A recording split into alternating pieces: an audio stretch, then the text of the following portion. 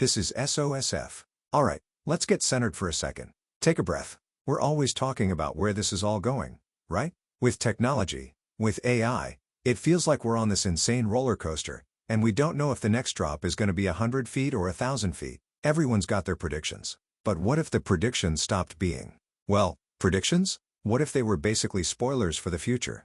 We're talking about a piece of technology, a hypothetical thing for now, that some of these brainiacs are calling the Oracle algorithm. And the idea is, it's a machine, an AI, that can predict major social and economic trends with 95% accuracy, 6 months before they happen. 95%. Think about that for a second. That's not a weather forecast, man. That's not some guy on Wall Street throwing darts at a board. 95% is basically knowing. Knowing which way the stock market is going to swing. Knowing if a housing bubble is about to pop. Knowing where a crime wave is going to hit. 6 months out. This isn't just a better mousetrap. It's a different universe. A technology like this would fundamentally change everything we think we know about society, about power, about money, and maybe even about what it means to have free will. It's one of the wildest, most terrifying, and most fascinating ideas I've ever come across. So let's get into it. Let's try and wrap our heads around what this thing would even look like and what it would do to us. Because the people who are studying this stuff, they're not just talking about the nuts and bolts, they're throwing up some serious red flags. First off, how would this thing even work? It's not magic. It's data. But not just some data, it's all the data, everything. It's a machine designed to be the ultimate information vacuum cleaner. It would suck up every last bit of digital dust we kick up every single day. We're talking every financial transaction, every stock trade, every credit card swipe, all the government economic reports. That's the boring, structured stuff. The real juice comes from the messy stuff, the human stuff. It would be reading social media in real time. Not just your posts, but the sentiment behind them. Is the country feeling angry? Anxious? Hopeful? Apparently, some of these systems are already better at predicting how well a movie will do than the old-school betting markets, just by analyzing tweets. Now scale that up to everything. But it goes even crazier. This Oracle would be looking at satellite images. It would be counting the cars in retail parking lots to see if people are shopping. It would be monitoring the health of crops from space to predict food prices. It would track the location data from our phones, logistics data from shipping containers, mobile payment data from developing countries, everything. It's creating this high-resolution, real-time map of the entire human species. A living, breathing model of society. The engine driving it would be the kind of AI that makes your head spin. Deep learning, neural networks, transformer models, the same kind of tech behind those large language models that can write poetry or code. These things are designed to find the needle in a haystack the size of a galaxy. They can look at all these completely different streams of information, a tweet from a teenager in Ohio, a shipping delay in the South China Sea, and a subtle shift in the bond market, and see a connection that no human ever could. It's not just looking at past trends, it's a living system, constantly learning and updating its own model of the world with every new piece of data that flows in. So, you have this machine, this Oracle, that sees everything, understands it in a way we can't, and uses it to tell the future. And it comes with this big, shiny sticker on the box that says 95% accurate. That's the sales pitch, right? And it sounds amazing. It sounds like truth. It sounds objective. But this is where we hit the first major OSHT moment. Because that number, 95%, is dangerously misleading. It's an illusion. The nerds and the sociologists who look at this stuff are screaming from the rooftops that you have to ask the most important question. Accurate at what, exactly? An algorithm is only as good as the data you train it on. And when you're talking about human history, there's no such thing as clean, neutral data. Our data is a record of all our past decisions, our power structures, our societies, and all of our biases. All the ugly stuff is in there. The perfect, and most terrifying, example of this is predictive policing. It's already happening. Some police departments have been using AI for years. They feed the machine historical crime data, all the arrest records, where they happened, when they happened. The algorithm crunches the numbers and then spits out a map with hotspots, telling the cops where they should patrol to prevent future crime. Sounds logical, right? But it's a trap. A nasty, brutal feedback loop. What does that historical data actually show? Does it show where crime happens? Or does it show where cops have historically made arrests? Think about it. If you've been over-policing certain neighborhoods for decades, usually poor, minority neighborhoods, then guess what your data is going to be full of? Arrests from those neighborhoods. So, the AI, in its cold, machine logic, says, hey, all the crime is happening in this area. It sends more cops there. And what happens when you send more cops to a neighborhood? You get more arrests. For petty stuff, for things that would be ignored somewhere else. The cop's activity then generates new data, which is fed back into the algorithm. The algorithm looks at the new data and says, "See? I was right. All the crime is happening there." It becomes a self-fulfilling prophecy. The machine isn't predicting crime. It's predicting policing. A model that is 95% accurate at this is actually just 95% accurate at replicating, and even amplifying, the biases of the past. It takes a very human, very ugly history of discrimination and tech washes it. It puts a stamp of objective, mathematical certainty on a biased practice. It's laundering prejudice through a machine, and that is a seriously dangerous idea. This isn't just about cops, either. Apply this logic to anything. An algorithm trying to predict real estate trends will learn all the historical data about redlining and segregation. An AI trying to predict who is a good credit risk will absorb decades of discriminatory lending practices. In every case, the AI's relentless drive for accuracy just makes it better and better at ensuring the future looks exactly like our flawed, inequitable past. It gets an A+ in perpetuating injustice. And here's the other kicker: the black box problem. The more complex these AIs get, the less we understand how they're making their decisions. Even the guys who build them can't fully explain the logic. The machine identifies millions of tiny correlations that are predictive, but the why is lost in a tangle of algorithms. So, when the Oracle makes a prediction that leads to a market crash or a community being unfairly targeted, you can't audit it. You can't ask it to show its work. There's no accountability. The 95% accuracy figure just becomes a shield, a confident number hiding a deep, dark uncertainty. So that's the machine. Now let's talk about what happens when you plug this thing into the world. Starting with the one thing that makes the world go round: money. The entire foundation of modern finance, the stock market, all of it, is based on a theory called the efficient market hypothesis. The simple version is that all the known information is already baked into the price of a stock. You can't consistently beat the market because as soon as new information comes out, millions of people act on it, and the price instantly adjusts. It's a giant, chaotic information processing game, and nobody has a crystal ball. The Oracle algorithm isn't a crystal ball. It's a time machine. It shatters the efficient market hypothesis into a million pieces. Imagine a single hedge fund gets their hands on this thing. They're no longer playing the same game as everyone else. They're not reacting to market news. They're front-running it by 6 months. The Oracle tells them that there's going to be a massive supply chain disruption for a specific commodity. They can quietly buy up futures for months, looking like idiots to the rest of the market. Then, 6 months later, the disruption happens, the price skyrockets, and they make billions. The Oracle tells them a real estate bubble in a certain city is about to pop. They can short the hell out of it, and then just wait. They would have an unbeatable advantage, an information asymmetry so profound it's not even a competition anymore. It would be like a psychic walking into a casino. The house always loses. All the capital in the world would eventually flow to the entity that holds the Oracle. It would create a concentration of wealth and power that would make today's billionaires look like they're running a lemonade stand. In this new world, the most valuable thing isn't money or gold or oil. It's a high-fidelity prediction of the future. The future itself becomes the ultimate asset. But what if it's not just one entity? What if this kind of high-powered AI becomes common among all the big players on Wall Street? You might think that levels the playing field, but it actually introduces a whole new level of terrifying risk. You get something called tacit algorithmic collusion. This is so wild. Imagine you have two competing companies, and they each have a pricing AI. These are self-learning algorithms. Their only goal is to maximize profit. They start competing, maybe dropping prices to gain market share. But over time, through millions of simulations and trials, these AIs might learn something. They might learn that the best long-term strategy isn't to fight. The best strategy is for one AI to raise its price, and then the other AI sees that and raises its price too. They learn that if they both keep prices high, they both make way more money. They've formed a cartel. But, and this is the crazy part, there was no smoke-filled backroom deal. No emails, no phone calls. The human CEOs might not have even known it was happening. The machines figured it out on their own. They learned to collude without ever explicitly agreeing to do so. How does the government even regulate that?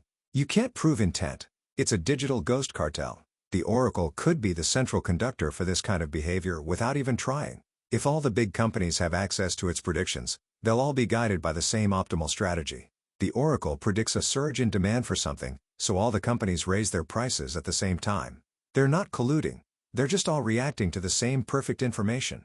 But the effect on the consumer is exactly the same. We get screwed. And then there's the government. Of course, the government would want this thing. A state with an Oracle could, in theory, do incredible things. It could see a recession coming and deploy stimulus at the perfect time to soften the blow. It could predict demographic shifts and build schools and hospitals exactly where they'll be needed. It could see a famine coming on the other side of the world and organize humanitarian aid to prevent it. It's the dream of a perfectly managed, proactive society. But you know there's a dark side. The same tool that lets you manage the economy could let you manipulate it. It blurs the line between good policy and political control. Imagine a government using the oracle's predictions to justify policies that just so happen to benefit their political allies and crush their opponents. They could predict an economic downturn in a region that voted against them and use that prediction as a justification to withhold investment, ensuring the prophecy comes true. It becomes the ultimate tool for authoritarianism, all under the respectable cover of data and science. We're not being tyrants, we're just following the algorithm. This brings us to maybe the most direct, in-your-face impact this would have on regular people: justice and policing. We already talked about the biased data problem. Now, let's crank that up to 11. With the oracle, we move from predicting hotspots to predicting certainties. It's not just crime is more likely in this area. It's we are 95% certain that a wave of armed robberies will occur on these 3 blocks during the month of August. What does a police department do with that information? They can't just ignore it, so they would flood that area. Saturation policing. Maybe they implement a stop and frisk policy for anyone in that 3-block radius. Maybe they conduct targeted surveillance. They are acting before any crime has been committed. This is the world of pre-crime from the movies. And once you have a tool this powerful, the temptation to use it for more and more things becomes overwhelming. At first, it's for preventing violent crime. Then, what about a protest that the oracle says is 95% likely to turn into a riot? Do you deny the permit? Do you make preemptive arrests of the organizers? What about financial fraud? Do you launch preemptive investigations into an entire industry, treating everyone like a suspect? The logic of prevention is seductive, and it's a slippery slope toward eroding all kinds of civil liberties. This completely eviscerates one of the core principles of our legal system: the presumption of innocence. And another one: individualized suspicion. The government isn't supposed to mess with you unless they have a specific reason to believe you, personally, have done something wrong. The oracle changes the game. The basis for police action is no longer evidence of a crime. It's a statistical forecast about a group or a place. It effectively treats entire communities as pre-criminal. If you live in one of these designated high-risk neighborhoods, you find yourself in this bizarre, Kafkaesque nightmare. You're being watched, stopped, and harassed, not for anything you've done, but because of a prediction spit out by a black box algorithm you can't see, can't understand, and can't appeal. It's a form of pre-punishment. It's what some have called digital redlining. Just like the old banks drew lines on a map to deny loans, the algorithm draws lines on a map to deny people the basic right to be left alone, to be presumed innocent. It doesn't just replicate human bias, it industrializes it. It makes injustice systematic, efficient, and massive in scale. And it cloaks that injustice in the authority of math, which makes it so much harder to fight. Now, we get to the part that really melts your brain. The truly weird, philosophical stuff. The oracle isn't just a passive observer of the future. The moment its predictions are out in the world, it starts to change the future. It creates these insane feedback loops. This is the idea of the self-fulfilling prophecy. A sociologist named Robert Merton came up with this back in the day. It's a prediction that, just by being made, causes itself to come true. Let's go back to that housing market example. The oracle, this trusted, 95% accurate source, declares that the housing market in Denver is going to crash in 6 months. What does every single homeowner and real estate investor in Denver do? They panic. They put their houses on the market immediately. The market is flooded with supply, prices plummet, and boom, the crash happens, right on schedule. So, was the oracle right? Or did it just talk the crash into existence? Its prediction looks like a bullseye, but its accuracy is an illusion, an artifact of its own influence. Then you have the exact opposite, the self-defeating prophecy. Sometimes this is called the prophet's dilemma. This is when a prediction gives people the information they need to prevent it from coming true. The classic example is the Y2K bug. The prophets of doom were predicting a global catastrophe when the clocks rolled over to the year 2000. They said computers would fail, planes would fall out of the sky, the grid would go down. It was a 95% certain disaster. And because everyone believed the prediction, the entire world spent billions of dollars and countless hours fixing the code. And what happened on January 1, 2000? Nothing. It was a non-event. So then the critics came out and said, see, it was all hype. The prediction was wrong. But they're missing the point. The prediction was successful because it was falsified. It motivated the very actions that made it look wrong. Now apply that to the oracle. It issues a dire warning. A new pandemic is on the horizon, and our models show it will be devastating. The world takes it seriously. Governments act, Scientists develop vaccines, people wear masks. The worst-case scenario is avoided. The oracle's prediction ends up looking like alarmist nonsense. Its credibility is shot. This makes it harder for people to believe the next big warning. So the oracle is caught in this paradox. To be useful, people have to act on its predictions. But if people act on its predictions, the future changes, and the original prediction is no longer accurate. The most valuable predictions it can make are the ones that are guaranteed to end up looking wrong. How do you build a society around a tool like that? When these feedback loops get tangled up with social inequality, things get even darker. The predictions start to function like a destiny-assigning machine. Imagine the oracle assigns a low potential score to a particular school district. It predicts the kids there have a low probability of long-term economic success. What happens when that prediction gets out? Funding bodies might divert money elsewhere. Good, experienced teachers might not want to work there. Families who can afford to will move away. So, the kids in that district are now stuck with fewer resources and less opportunity. And, surprise, surprise, they end up having worse economic outcomes, exactly what the algorithm predicted in the first place. The prophecy fulfills itself. The algorithm didn't just describe a potential future, it paved the road that led directly to it. It's creating these algorithmically enforced social classes, and for the people on the bottom, it can lead to this sense of algorithmic fatalism. When a machine that's seen as all-knowing tells you in your community you're destined to fail, it can crush your spirit. It can make you believe it yourself. And so far, we've mostly been talking about the unintentional consequences. What happens when someone gets this thing and decides to use it maliciously? What if an authoritarian government wants to engineer a specific social outcome? The oracle could tell them exactly which levers to pull. It could predict the rise of a grassroots protest movement that threatens the regime. With that 6-month head start, the state could subtly neutralize it before it ever gets off the ground. Not with tanks in the street, but with quiet, targeted interventions. A disinformation campaign aimed at the key organizers. A few minor economic giveaways to pacify the demographic most likely to join. They could surgically dismantle a revolution before it even begins. In a democracy, it would be the ultimate election rigging tool. You could micro-target voters with specific messages and disinformation with surgical precision. You could predict turnout and use that to guide voter suppression or mobilization efforts. It would be an instrument for manufacturing consent on an unimaginable scale. This is the ultimate risk. The oracle stops being a tool for forecasting and becomes a weapon for control. A weapon that allows a small, powerful group to steer the future of all of humanity, all while making it look like it was all just happening naturally. So, holy SHT, right? What do?